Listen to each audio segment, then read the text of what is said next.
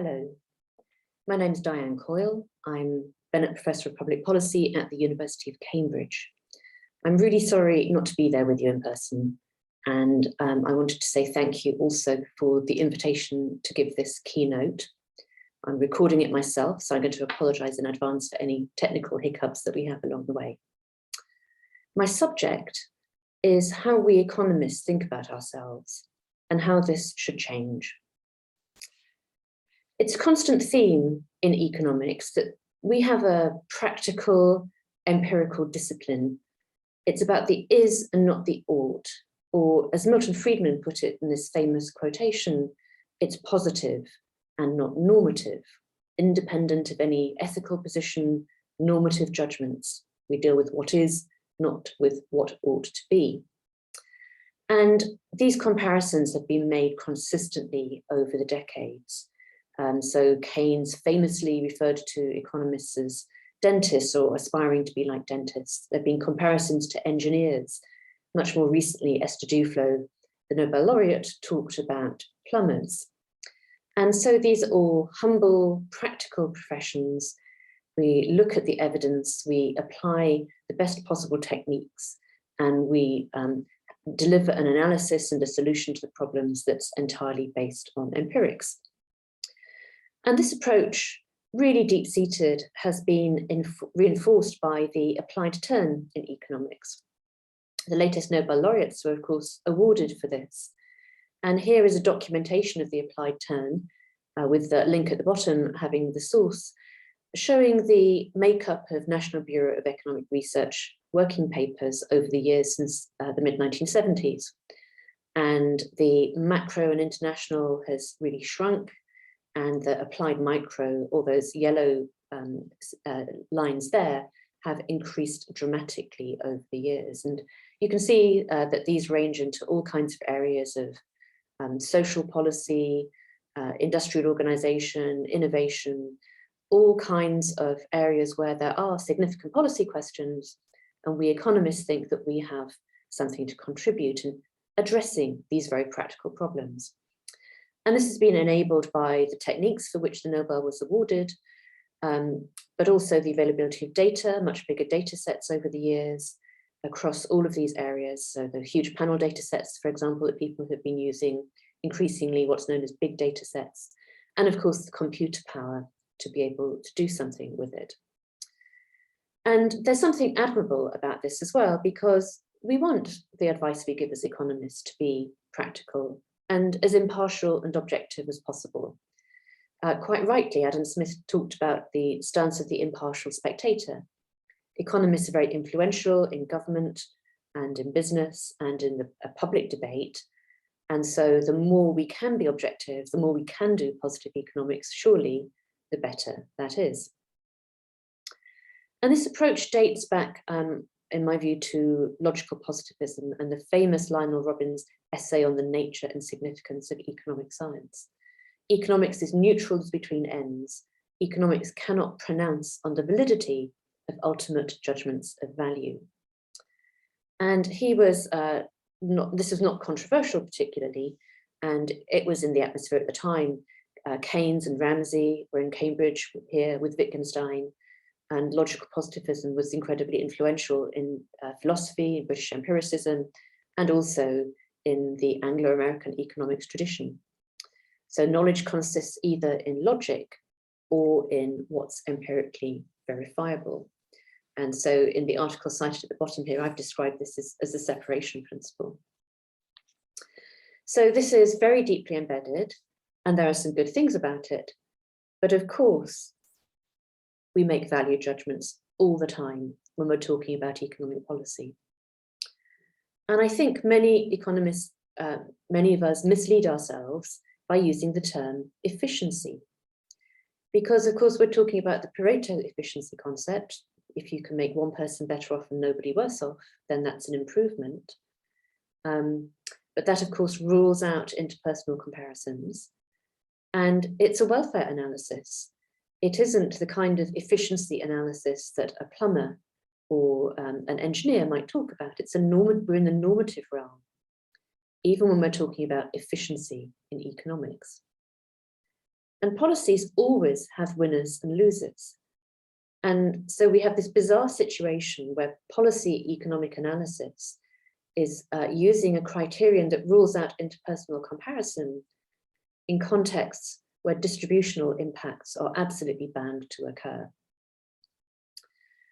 We've had a long period of technocratic economics when these distributional issues in many areas could somehow just about be overlooked, perhaps because there was enough consensus in our societies for the distributional tensions not to be very acute.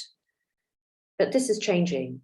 It's changing partly because income distribution has become so unequal, partly because politics is becoming polarized in many countries. Ideological differences are emerging after that long period of post-war consensus when there seemed to be a much broader center ground than there is now. And I think the situation is changing in lots of domains of economic policy as well. So what I want to do now is to give a few examples of areas where I think the original technocratic framework that economists have used in policy analysis doesn't quite work anymore. And the first of these is one I've had experience in over the years, competition policy. I was on the Competition Commission in the United Kingdom from 2001 to 2009, and have been involved more recently looking at digital markets and the Furman Review, and as an advisor to the Competition and Markets Authority. And so I very much bought into the idea that the economic analysis of competition in markets was a technocratic domain, that you could apply universalist rules of analysis to these markets, to a situation of mergers or a market where there's a dominant player.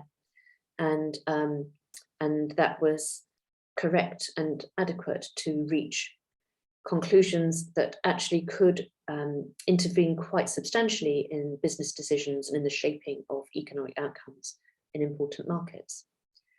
And I've changed my mind about this, and this slide sets out some of the reasons. The criterion that we use for competition analysis has been consumer welfare. Some jurisdictions do specify total welfare, and so are in principle indifferent between the distribution between consumers and producers. But most countries have used a consumer welfare standard. The specific legal framework is set by national or regional legislators, but the competition analysis, the economics, has had this universalist approach, looking at consumer surplus. In the extreme case of the United States, where the Chicago school has been dominant, price became the only metric that mattered for consumer surplus pretty much. That, of course, has been very much contested recently, particularly since an influential by Lina Khan a few years ago, arguing the case for a return to the structuralist analysis of the early 20th century, known as Brandeisian, or somewhat disparagingly also as hipster competition analysis. And so that consensus that all you need to look at is price and as a measure of consumer surplus, or even other metrics of consumer surplus. That's what's breaking down politically already. But also the ownership, the identity of the owners of companies doesn't matter, and in particular having a foreign owner didn't matter. And a quite static analysis, although the analysis would try to look forward a couple of years, it wouldn't take account of features such as the introduction of quite innovative new technologies, or path dependence in markets, or how the dynamics of markets might change over time. So this has changed for a number of reasons, I think, and the power of big tech giants has been one reason. Another has been the importance of Chinese state-owned enterprises in export markets and the amount that they've exported to some other parts of the world. So now we're in a situation where there are global markets, and if you're sitting in outside the US and China, in other countries, those markets are dominated therefore by large American or Chinese companies. There's also, because of the dynamics of digital markets, a very strong path dependence. Digital markets tip. They have winner-take-all characteristics because of the network effects and the scale, very large scale economies. And so once a large digital company be it Amazon or Airbnb or Google, whoever, becomes the dominant player in the market, it's then quite hard for another entrant to take their place. They're not particularly contestable. That's why there have been so many reviews like the Furman review recently. And therefore there are concerns about what's the impact of these very large and foreign players on national outcomes, be that for competitors, producers in the nation, but also the workers, because they're monopoly buyers of labour power in many markets. What about the distribution effects? But also what about bigger questions about the environment, questions about resilience of supply chains, which have come to the fore recently, questions about geopolitics. We might not care about some foreign owners, but do we care about Chinese foreign owners, for example, if we're heading into a period of much more fraught foreign relations among states? The point about digital as the driver of this change in perception is that because digital markets do tip into winner-take-all characteristics, then whatever decision a competition authority takes, that's going to shape the market. And an example I've often given is a UK example called Project Kangaroo, a decision taken by the Competition Commission in 2009, when the public service broadcasters in the UK wanted to create a joint commercial venture to provide a digital platform for long-form video. This is the BBC, Channel 4, ITV.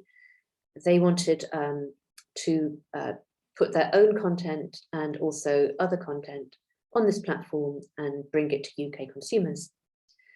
The Competition Commission banned the joint venture from going ahead on the grounds that they thought the parties would have an incentive not to let competing material onto the platform, which in my view misunderstood the incentives of platforms, which is to have as much supply as possible to build up the demand on the other side. So it ignored these two-sided effects.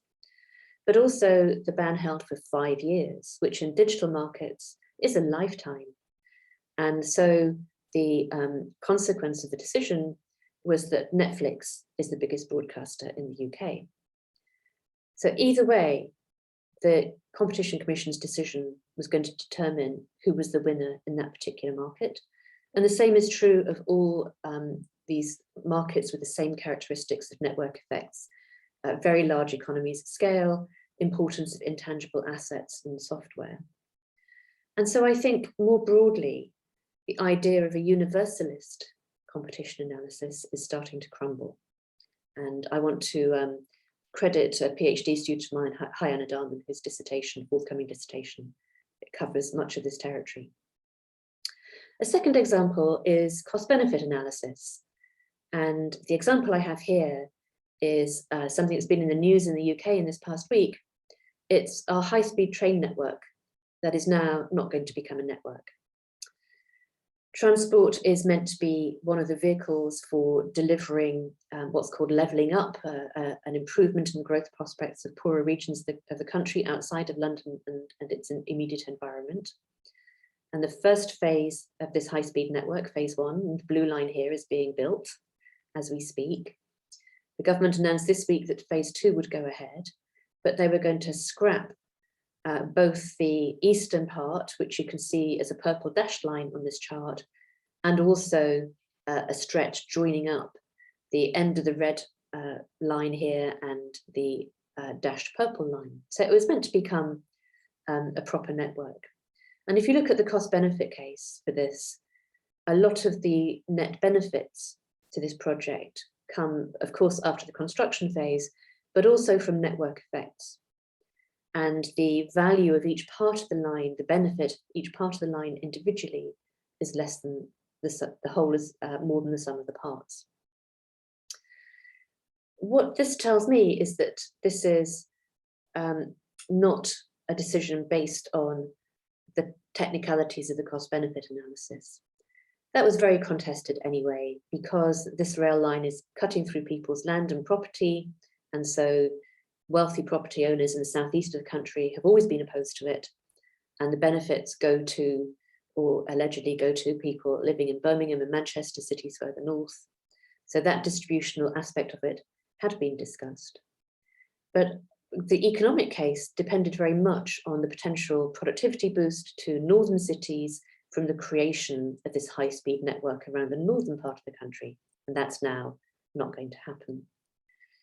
Now, cost-benefit analysis decisions about big projects have always been political, and they have always favoured London and the southeast of the country in the case of these transport projects. And that's never been particularly explicit. The political decisions have hidden behind the cost-benefit analysis. But we have this strange and quite cumbersome, large machinery of cost-benefit analysis now to do the calculations, which involve lots of value judgments. They involve decisions about discount rates, about the scope of the project, about the distributional effects.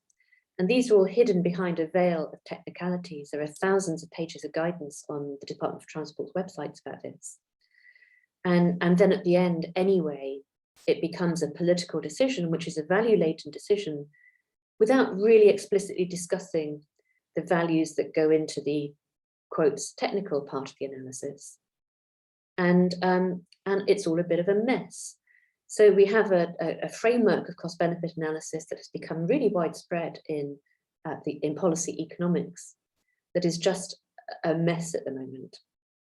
And becoming more so because a recent update to the Treasury's Green Book guidance on this has decided that we are going to do well-being in cost-benefit analysis. The Green Book, which is widely used outside the UK, of course, has evolved a lot over the years. One update was to include what are called wider benefits, and that relates to potentially environmental impacts or other externalities that can be identified, and if they could be quantified, they can be incorporated. But the latest update has been to include well-being. Now, on the one hand, this is very welcome because cost-benefit analysis is a consequentialist, utilitarian framework that omits many of the dimensions that we would think are important in any kind of policy decision, including, as I've just been describing, the distributional dimensions of it. And yet, on the other hand, while including well-being, it has been shoehorned back into this consequentialist mold and turned into a single number.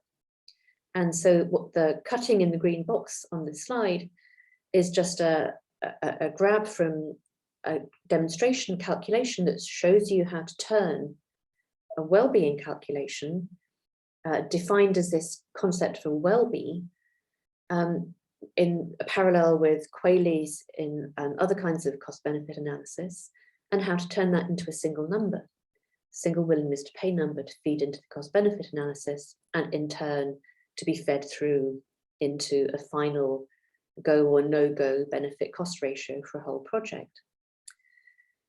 And so I find this quite troubling. This is a very reductionist approach to a concept of well-being that ought to be making the economic assessment of policy changes or outcomes in people's lives in a much richer, thicker, and potentially multidimensional way.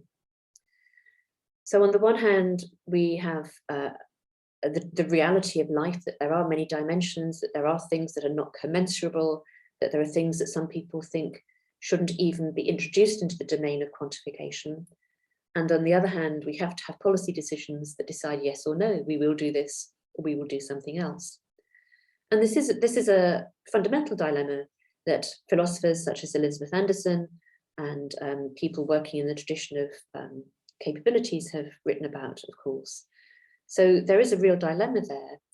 But what we're doing somehow in policy economics is hiding that dilemma and pretending that we can ignore it by producing this kind of cost-benefit analysis. A final example I want to give is not at all my territory, but it's quantitative easing and monetary policy.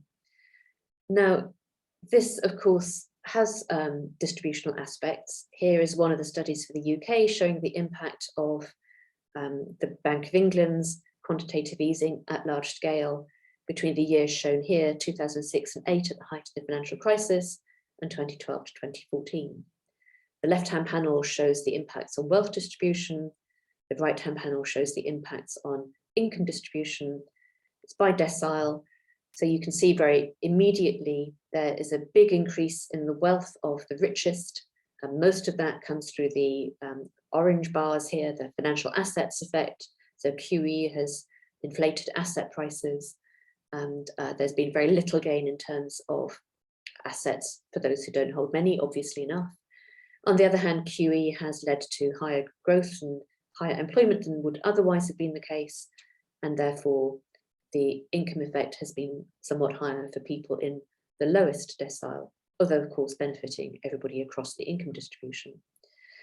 So there are these distributional effects, but I think on the other hand, the debate about monetary policy now between MMT and more conventional monetary policies makes it clear that macroeconomics is firmly back in the realm of ideology that it occupied in the 1970s, before the Great Moderation and before the new Keynesian consensus about how to run macroeconomic policy.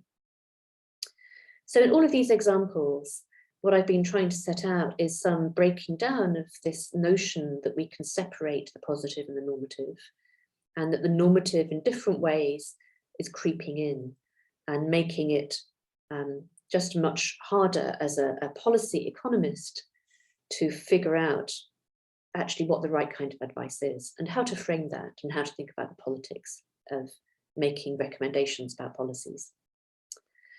But I think the positivism in economics has also affected our methods and what kind of questions we think it's appropriate to look at. Partly because of incentives in the academic profession, we have ended up addressing small questions where we have data and we can apply quite a narrow range of quantitative techniques, and in particular, those applied micro techniques, which are incredibly powerful, but they get fed through a funnel of just 5 top journals in which you need to publish to be appointed and promoted in top economics departments. So ruling out all of the vast array of really good field journals in economics. And they ask a quite narrow range of questions. You're much more likely to get published if you have a question that can be addressed in this quite positivist way, and you have the data and you can apply the most up-to-date econometrics to it. This approach not only discourages about half the population, because as we know, many women select out of economics and many people from low-income backgrounds or minority backgrounds select out of it, but it also means we've not been tackling the big questions. The top 5 journals have had remarkably little of the very rich work in environmental economics and climate change that has been going on over recent years. Those are all in excellent field journals, but not in the general journals where you need to publish.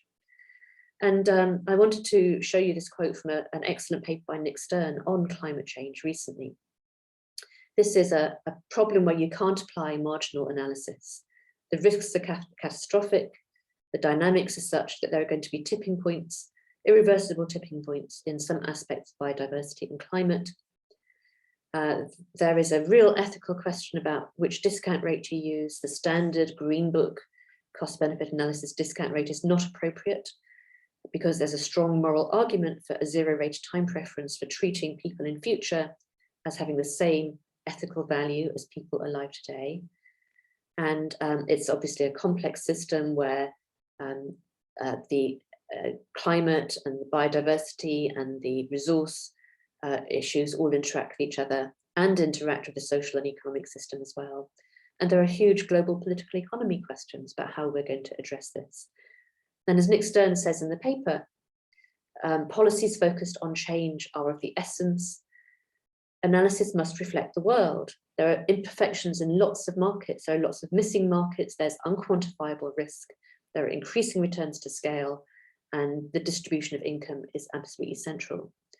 And this is not the benchmark that economics starts from. We need to start from a different set of benchmarks, and this is just as true of the digital economy. These are not marginal issues. They're markets that tip.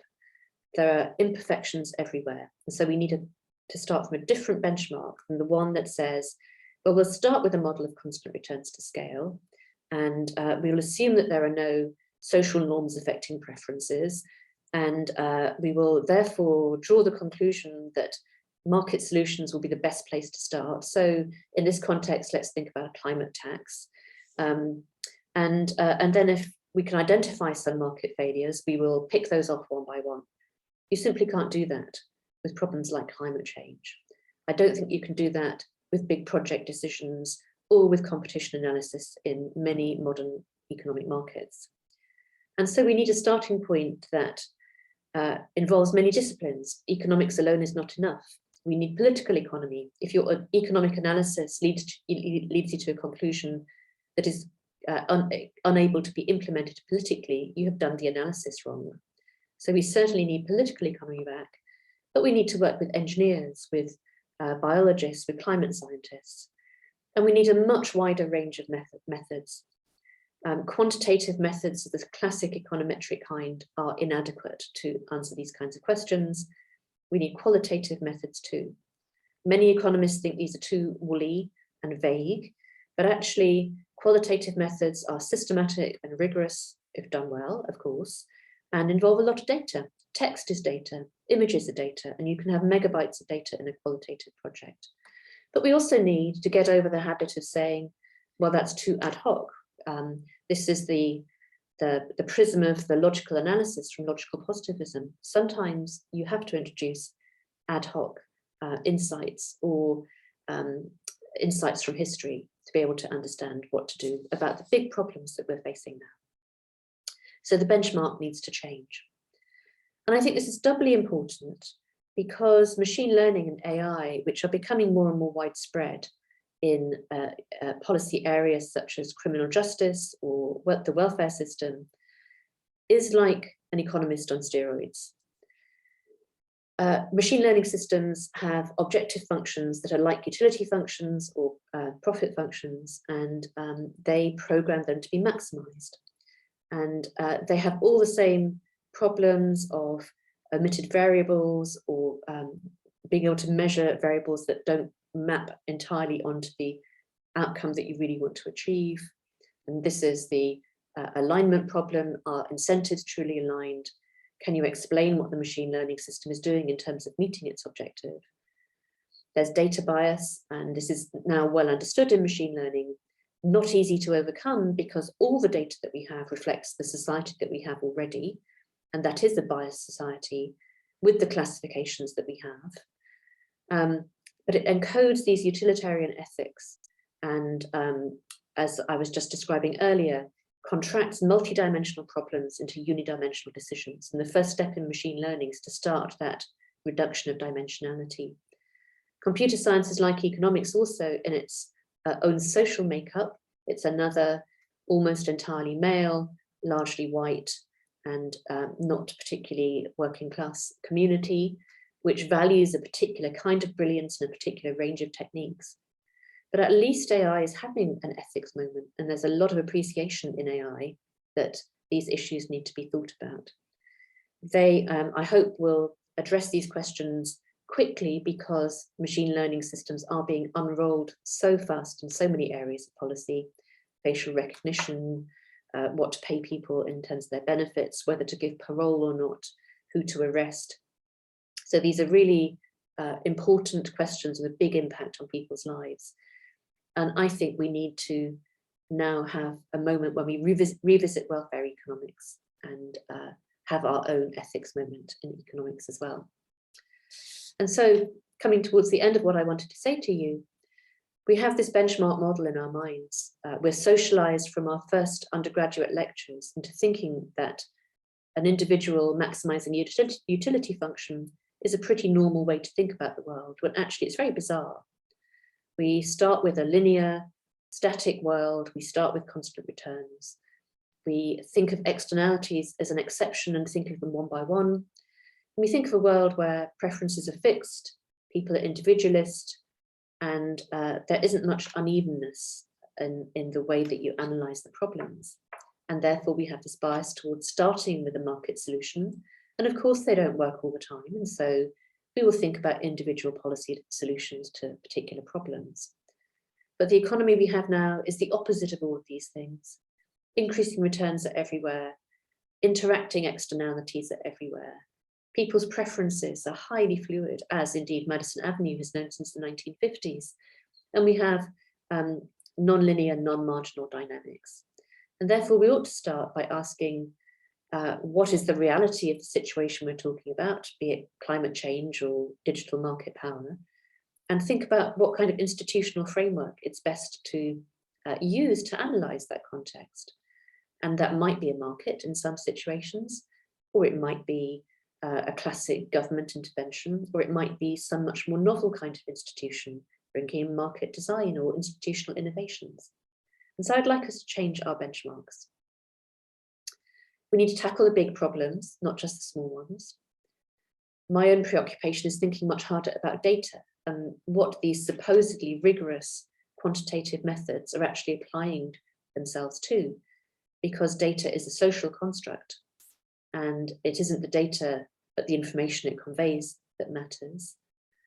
We need a return to political economy, as indeed used to be the case in the late 19th and early 20th centuries, and optimal policies always need to consider political feasibility as well. Reboot welfare economics, abandon the separation protocol between positive and normative, while still trying to adhere to the ideal of being as objective as possible about any particular situation, and then work with other disciplines and use a much broader range of methods. So I wanted to end with this image of an old map, medieval map, where if they didn't know what was going to be found there, they labelled it, "Here be monsters." This is a bit of an advertising plug for my new book, Cogs and Monsters, which covers some of the topics that I've been talking about to you today. And so these are the monsters, the unknown areas of the economy, the uncharted waters in which we need to take ourselves as a profession if we're going to carry on being influential and, more importantly, being useful in the world with all the challenges that we face now. So I'd like to thank you very much. Please do email me if you have any comments or reactions. And again, I'm just so sorry not to be there with you in person.